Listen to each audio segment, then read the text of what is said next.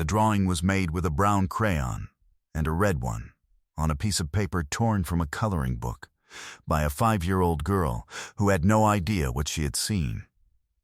It showed a man standing next to a truck. The man was a simple figure, round head, stick arms, the way every 5-year-old draws a person.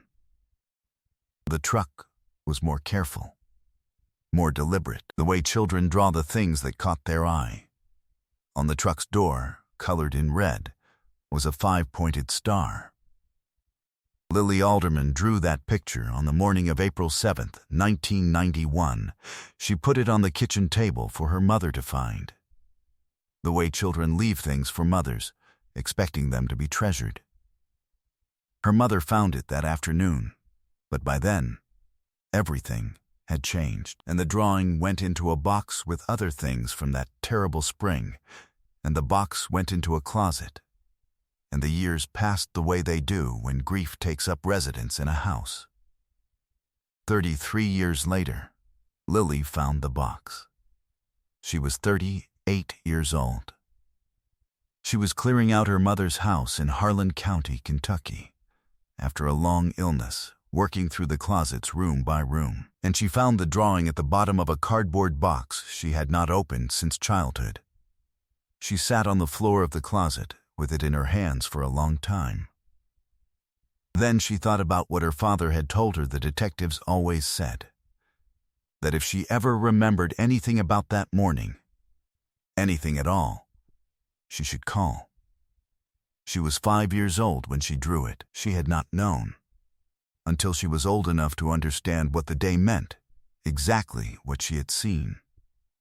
But to understand what that drawing contained, you first have to understand who Robert Alderman was. And to understand that, you have to understand Harlan County in the spring of 1991. Harlan County sits in the southeastern corner of Kentucky, deep in the Cumberland Mountains, where the ridge lines run close together, and the hollows between them hold small communities that have their own weather, their own rhythms, their own way of keeping time. The coal industry had been the county's backbone for most of the 20th century, and by 1991 it was in the long decline that everyone could feel, but nobody said out loud. Families who had worked the same mines for 3 generations were watching those mines close. The general store in Loyal still had a hand-lettered sign in the window that had been there since 1978. The roads were narrow and the mail routes were long, and the man who drove those routes knew every name on every box. Robert Alderman had been a rural mail carrier for Harlan County for 11 years. He was 38 years old in the spring of 1991, a broad-shouldered man with a coal miner's father and a teacher's mother, and a particular gift for remembering things about people. Their dogs' names, their grandchildren's ages, which families were waiting on a check from the disability office and needed to see it arrive. His route covered 42 miles of mountain road. He drove it in a right-hand drive Jeep that had seen better days, leaving the house on Miners Creek Road at 7 every morning with a full thermos of coffee on the passenger seat and returning by 4 in the afternoon, regular as the seasons. His wife, June, taught 3rd grade at Harlan Elementary. They had 2 daughters, Lily, who was 5, and her older sister, Dana, who was 8. Donna was in school the morning it happened. Lily was home with a cold. Bobby, nobody called him Robert, coached Little League in the summer, the same team, year after year, whether or not his own daughters were old enough to play yet. He had a handshake that people described as the kind that meant something. He kept a jar on the kitchen windowsill that he put his change into every night, and when it filled up, he and June would count it at the kitchen table and decide together what it was enough for. The last time they counted it, they were saving for a weekend at Cumberland Falls. He never made it there. On the morning of April 7th, 1991, Bobby Alderman kissed his wife goodbye at 7:12. Looked in on Lily, who was asleep on the couch with a box of tissues and the TV turned low, and walked out to the Jeep in the gray April light. June watched him back down the driveway from the kitchen window. That was the last time she saw him alive. At 2:17 that afternoon, a logging truck driver named Harold Bates came around a curve on Route 119 north of Loyal and found the Jeep stopped sideways across the shoulder of the road. The driver's side door was open. The thermos was still on the seat, lid on. Mail was spread across the road for 40 yards in both directions, packages, envelopes, the daily delivery for 16 addresses, as if the Jeep had stopped suddenly and someone had swept everything out in a hurry, or everything had fallen in a struggle. Harold Bates pulled over. He called out. Nobody answered. He found Bobby Alderman 30 feet off the road, down an embankment in the scrub brush at the edge of a hollow. Harold drove to the nearest house and used their phone. He called the Harlan County Sheriff's Department at 2:22. Deputies arrived within 15 minutes. The scene was processed through the afternoon. The cause of death, confirmed by the state medical examiner 2 days later, was a single gunshot wound. The angle and position indicated Bobby had not been running. He had been standing. Close range. Someone he had stopped for, or someone who had stopped him. Among the evidence collected from the Jeep and the road that afternoon, a set of tire tracks in the soft gravel of the shoulder, consistent with a medium-sized truck that had pulled off and then departed, leaving a wide turning arc. The tracks showed a tread pattern that investigators noted but could not immediately match to a specific make or model. They were photographed, measured, added to the case file. One thing was not in the case file. Not that day. Not for 33 years. At 7:08 that morning, 5 minutes before Bobby left the house, a truck had stopped on Miners Creek Road, idling at the end of the driveway. Lily Alderman had seen it from the living room window, where she was lying on the couch watching cartoons. She had seen her father walk to the road and speak to the driver. She had seen the truck's door. She had seen the star painted on it. Nobody asked her. She was 5 years old, and she was sick, and in the chaos and grief of the days that followed, nobody thought to ask a 5-year-old what she might have seen from the couch. The lead investigator on the case was a Kentucky State Police detective named Frank Odom. He was 44 years old, a 20-year veteran who had worked homicides across southeastern Kentucky, and who brought to the Alderman case the particular intensity of someone who understood that in a community this size, a murder on a mail route was not just a crime. It was a wound to the entire county's sense of itself. Odom developed 2 persons of interest in the first weeks. The first was a man from a property on Bobby's route who had a documented dispute with the Postal Service over a delivery error that had cost him a time-sensitive legal filing. The man had made threats, reported by 2 neighbors who had overheard him, and drove a pickup truck. Odom spent 4 weeks on him.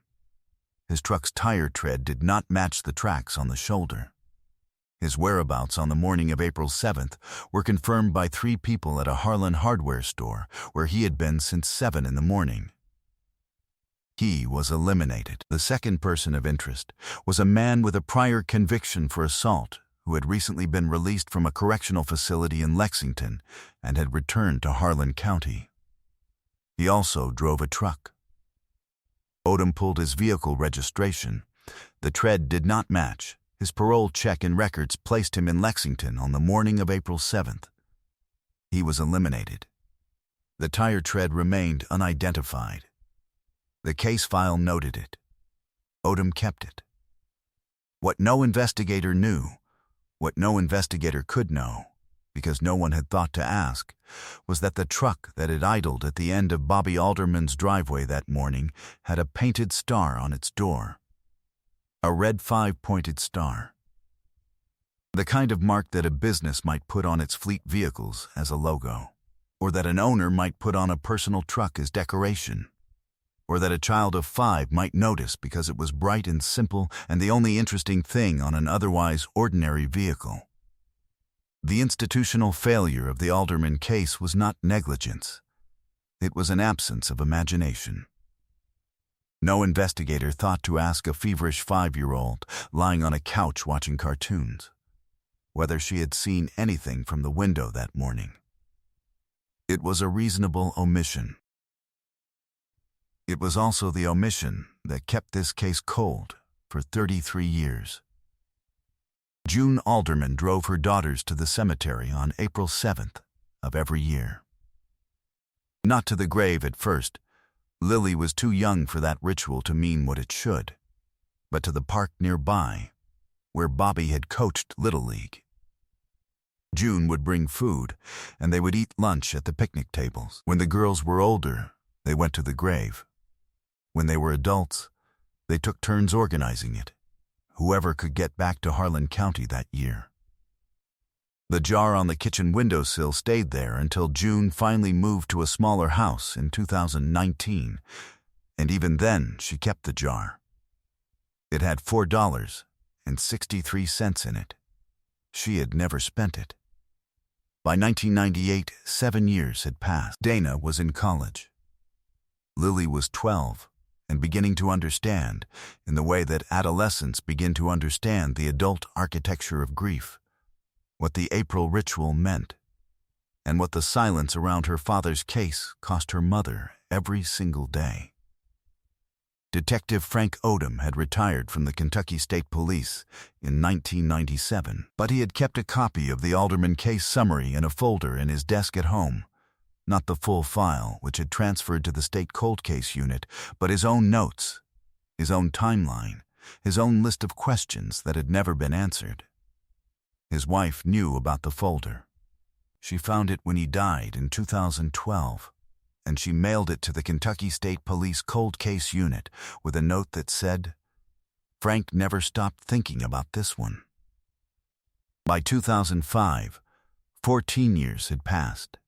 The tire tread photographs had been re-examined twice by 2 different analysts without a match. The technology for matching tread patterns had improved, but improvement only helps if you have a vehicle to compare against. And the vehicle had never been found. By 2015, 24 years had passed. Lily Alderman was 29, living in Lexington, working as a physical therapist. She came home to Harlan County for holidays and the April 7th ritual. She did not talk about her father's case with investigators. There was nothing new to say. She had been interviewed twice as an adult, both times simply confirming the basic chronology of that morning as she understood it from her mother's account. She had no memory of the truck. She had no memory of drawing the picture. She was 5 years old and sick, and it was 33 years ago. Then, in the fall of 2024, June Alderman passed away after a long illness. Lily and Dana came back to Harlan County to close the house on Miners Creek Road. They worked through it room by room, the way daughters do, making decisions about what to keep and what to let go, and what to put in boxes for later. In the back of the master bedroom closet, on a high shelf, was a cardboard box labeled, in June's handwriting, in black marker, "Bobby Girls, Spring '91. Every case we cover takes weeks to research, verify, and piece together from the records of real lives that deserved better. If that work matters to you, please take a second to like and subscribe and tell us in the comments where in the world you're watching from. Now let's get back to Bobby. Lily opened the box alone, sitting on the floor of the closet. Inside were the things June had saved from that terrible spring, a program from Bobby's memorial service, a folded copy of the Harlan Daily Enterprise with a story on the front page, a photograph of the Little League team from 1990, and at the bottom of the box, folded in half, a piece of paper torn from a coloring book. Brown crayon, red crayon, a man, a truck, a 5-pointed star on the door. She held it for a long time. The memory did not come back in a rush. It came back in pieces, the way very early memories do, not as a scene, but as an impression, a feeling, something seen through glass. She had been on the couch. She had been watching cartoons. She had seen her father walk down the driveway in his jacket. She had seen the truck. She had seen the star. She called the Kentucky State Police Cold Case Unit the following morning. The investigator assigned to the Alderman case at that point was a detective named Marisol Vega, 36 years old, who had reviewed the file twice in the previous 2 years as part of a systematic audit of unsolved homicides from the 1990s. She had noted the tire track photographs. She had noted the absence of any canvas of the Alderman residence beyond a brief interview with June on the day of the discovery. She had noted the gap. When Lily Alderman appeared in her office on a Tuesday in November 2024 and placed a child's drawing on the desk, Marisol Vega looked at it for a long time without speaking. The red star was immediate, deliberate, the most careful part of the entire drawing. She pulled the tire track photographs from the file and placed them beside the drawing. Then she opened a database of commercial fleet vehicle records for Harlan and surrounding counties from the early 1990s, cross-referencing vehicle markings and logos. The process, searching digitized business records, vehicle registration databases, and historical commercial directories for a distinctive logo applied to a truck in a specific county in 1991. Took 11 days. On the 12th day, she found it. A private haulage and excavation company called Red Star Contracting had operated out of Lynch, Kentucky from 1984 until 1996. Their fleet vehicles, 3 flatbed trucks and 2 dump trucks, all bore a painted red star on both doors, a logo the founder had chosen because his father had served in the Army's 2nd Infantry Division. The company had dissolved in 1996. Its owner had retired to a property outside Loyal, Harlan County. His name was Delbert Goss. He was 71 years old. He had been, in April 1991, a contract hauler who worked the roads of southeastern Kentucky and would have had ordinary reason to be on Miners Creek Road on any given morning. He was not in the original case file. He had never been interviewed. He had lived 8 miles from the site where Bobby Alderman was found for 33 years. Delbert Goss had been a fixture in Harlan County since the 1970s. He had run his contracting business long enough that people associated his name with reliability. The man you called when you needed a load moved, when a foundation needed excavating, when the road to your property needed gravel. He had sponsored a youth baseball team in the late 1980s. He attended the same Baptist church as 3 of the families on Bobby Alderman's mail route. He had, in the weeks after Bobby's death, offered his excavator to help with a benefit fundraiser for June Alderman and the girls. What investigators found when they began looking was a detail that had been hiding in plain sight in the county's own records for 33 years. Bobby Alderman had been the rural carrier for a route that included a property Goss was trying, unsuccessfully, to purchase in the spring of 1991. A land parcel whose title was tied up in an estate dispute, the documents for which passed through Bobby's hands every week as the postal carrier for that address. Court documents later confirmed that Goss had been in a financial dispute with the estate's representative, a dispute that had turned contentious in the months before April 7th. Bobby Alderman had, according to a statement later provided by the estate's attorney, recently informed Goss, during a brief conversation on his route, that he had delivered a certified letter related to a court ruling that Goss had been hoping would go the other way. The certified letter had been delivered 4 days before Bobby was killed.